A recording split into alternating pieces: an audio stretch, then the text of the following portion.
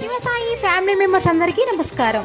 ఈరోజు అనగా 20/12/2024 మన గోదావరికని బ్రాంచ్ నందు మండల్ సూపర్వైజర్ గా వర్క్ చేస్తున్నటువంటి కుంచపు రాజేశ్వరి ఎల్లయ్య గార్ల పెళ్లి రోజు సందర్భంగా మన శివసాయి ఫ్యామిలీ తరపు నుంచి ప్రత్యేకమైన పెళ్లి రోజు శుభాకాంక్షల్ని తెలియజేస్తున్నాము.